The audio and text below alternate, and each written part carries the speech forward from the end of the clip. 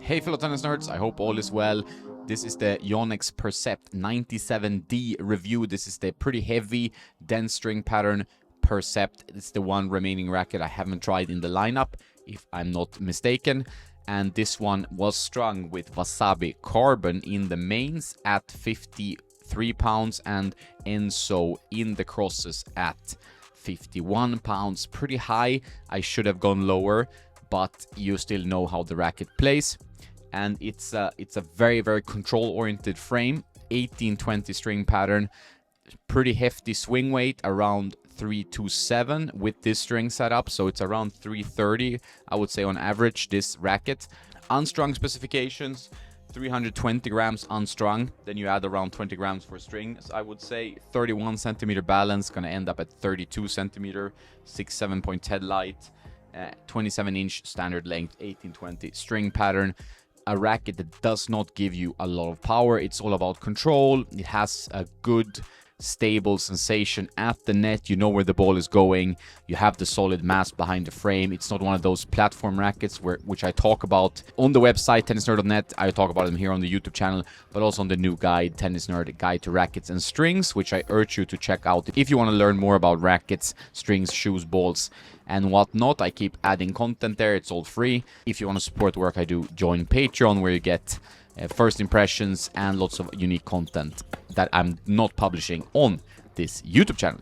But this is the 97D. It is the most controlled one. I used to be a fan of the previous generation when it was called HD, high density string pattern. I really liked that one, but that was a time when I thought I was a better player than I was, perhaps. I don't know. It was a time at least that I loved playing with these low-powered control rackets. I still do, but I feel like it limits my game. I don't have the game for them. They're tough to use. Daniel, who hit with me in this video, very good player, much better than me. He also said that it's a fun racket to play with. He also used to love these very dense string pattern 97 square inch rackets. You might have seen him in previous videos. He used to play with the Prince Phantom 93P 1820, pretty demanding racket, but great.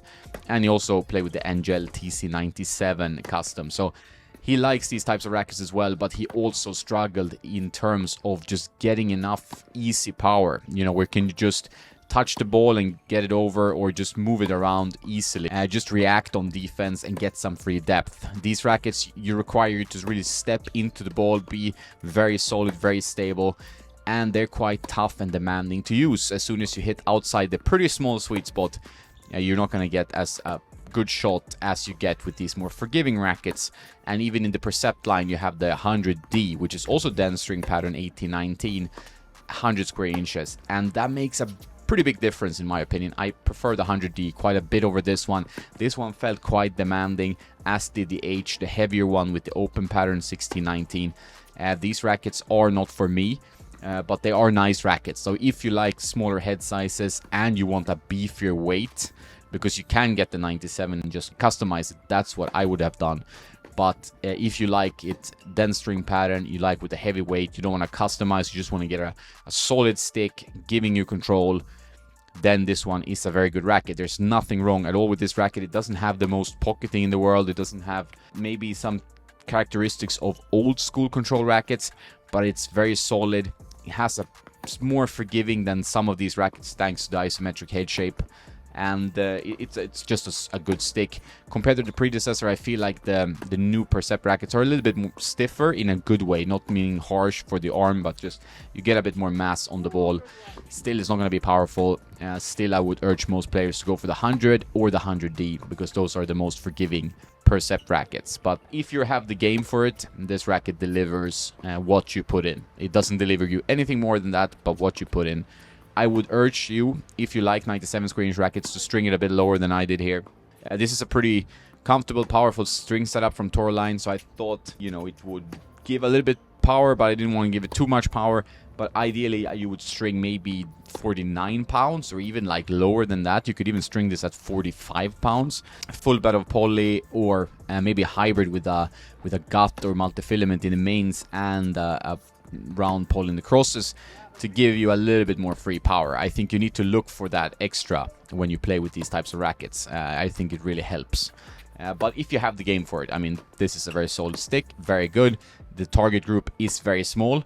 You need to have the game. I think some players out there might be thinking that they can only play with control rackets, but it's maybe just about giving yourself a bit of time to adapt to the more powerful rackets. Is what I've been doing recently, trying to just adapt my pretty old school game to more modern rackets, and overall my results are better when I play with a little bit more powerful rackets. 100 square inches, but maybe with a denser pattern, like the Percept 100D or other rackets in that category. I talked about the Pure Strike 1620 a while ago. Thumbs up for what it is. It's not for me, it's not for most of you, I would say.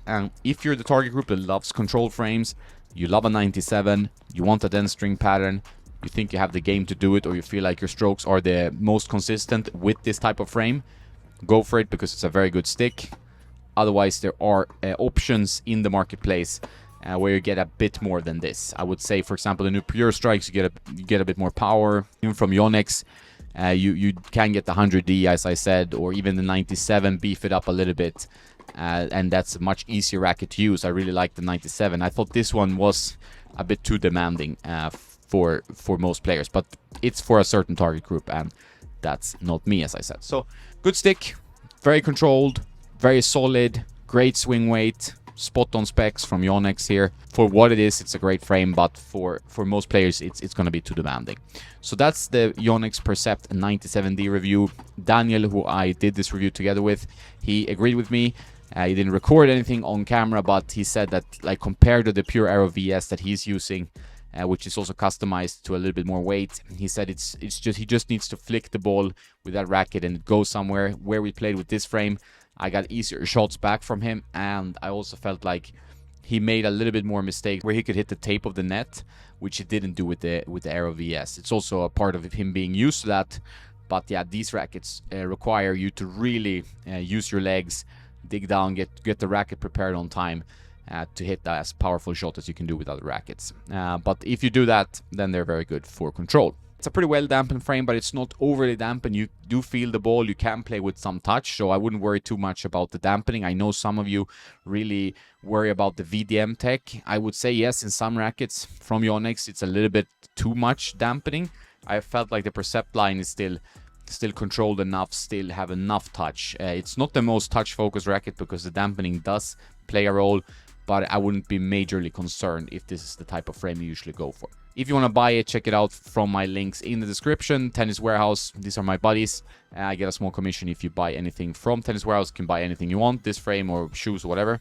And that helps the channel, helps Tennis Nerd stay alive and help me keep making more content.